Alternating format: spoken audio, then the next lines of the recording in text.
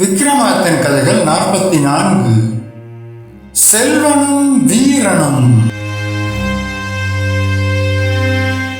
முன்கதை சுருக்கம். தன்னிடமிருந்து தப்பிச் சென்ற வேதாளத்தை மீண்டும் பிடித்த விக்ரமாதித்தன் அதை தன் தோளில் சுமந்து கொண்டு சென்று கொண்டிருந்தான். அப்போது வேதாளம் ஒரு கதையை சொல்லத் தொடங்கியது.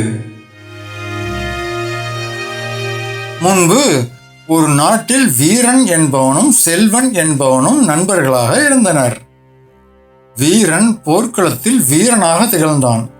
செல்வன் வணிகத்தில் பெரும் பொருள் ஈட்டினான். ஒரு நாள் இருவரும் ஒரு காட்டுப்பாதை வழியாக செல்லும் போது ஒரு மர்மமான மூதாட்டியை சந்தித்தனர். அவள், உங்களுக்கு ஒரு வரம் தருகிறேன், ஆனால் நீங்கள் எதை விரும்புகிறீர்களோ அது உங்கள் நண்பனுக்கு கிடைக்கும் என்றாள். வீரன், எனக்கு இணையில்லாத வலிமை வேண்டும் என்று நினைத்தான். உடனே அவன் வலிமையற்றவனாக மாறினான். செல்வன் மாவீரனானான். செல்வன், எனக்கு உலகில் உள்ள அனைத்து செல்வமும் வேண்டும் என்று நினைத்தான். செல்வம் அனைத்தும் வீரனிடம் சென்றது. இருவரும் ஒருவரை ஒருவர் பார்த்து திகைத்து நின்றனர். இருவரும் அந்த ஊர் மன்னரிடம் சென்றனர். மன்னர் அவர்கள் இருவருக்கும் ஒரு போட்டி வைத்தார். பக்கத்து நாட்டு படைகளை தோற்கடித்து வருபவருக்கு நாட்டின் பாதியை பரிசாக தருவேன் என்றார். செல்வன், தற்போது வீரன், போர்க்களத்தில் பெரும் வீரத்தை காட்டினான். ஆனால் அவனுக்கு போர் தந்திரம் தெரியாததால் சிக்கலில் மாட்டினான். வீரன், தற்போது செல்வன், தன்னிடம் இருந்த பணத்தை பயன்படுத்தி ஒற்றர்களை ஏவி எதிரிகளின் திட்டத்தை அறிந்தான். போர்க்களத்தில் இருந்த செல்வனுக்கு அந்த தகவலை தந்திரமாக அனுப்பினான். செல்வன் வீரனின் அறிவுரைப்படி போரிட்டு வெற்றி பெற்றான். ஆனால் வெற்றி செல்வனுக்கு கிடைத்தது, செல்வம் வீரனுக்கு கிடைத்தது. போர் முடிந்து திரும்பிய போது மன்னர் அவர்களுக்கு ஒரு ரகசியத்தை கூறினார்.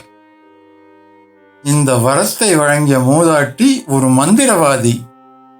நீங்கள் உங்கள் சுயநலத்தை விட்டு மற்றவரின் வெற்றியில் மகிழ்ச்சி அடைந்தால் மட்டுமே இந்த வரம் பலிக்கும். இருவரும் தங்களுக்குள் இருந்த பேராசையை துறந்து, எனக்கு கிடைத்த வலிமை என் நண்பனின் உழைப்பு, எனக்கு கிடைத்த செல்வம் என் நண்பனின் வீரம் என்று உண்மையாக உணர்ந்தனர். அந்த நொடியில் அவர்களுக்கு தேவையற்ற அந்த வரம் தானாகவே மறைந்தது. இருவரும் தங்கள் இருந்த பழைய நிலையை அடைந்தனர். ஆனால் முன்பை விட அதிக நட்புடன் இருந்தனர்.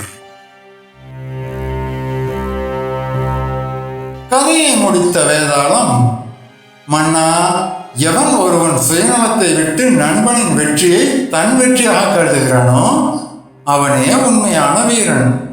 இவர்களின் நட்பில் யார் சிறந்தவர்?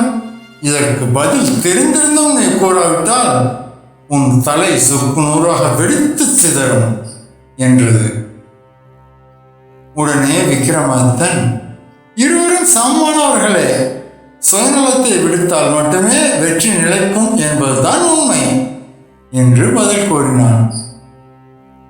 விக்ரமாதித்தன் வாய் திறந்து பேசியதும் வேதாளம் விக்ரமாதித்தனிடமிருந்து தப்பித்து மீண்டும் பிணமரத்தின் உச்சிக்கு பறந்து சென்றது. மக்களே, இந்த கதை பிடிச்சிருந்தா இந்த சேனலுக்கு சப்ஸ்கிரைப் பண்ணுங்க, லைக் பண்ணுங்க, கமெண்ட் பண்ணுங்க.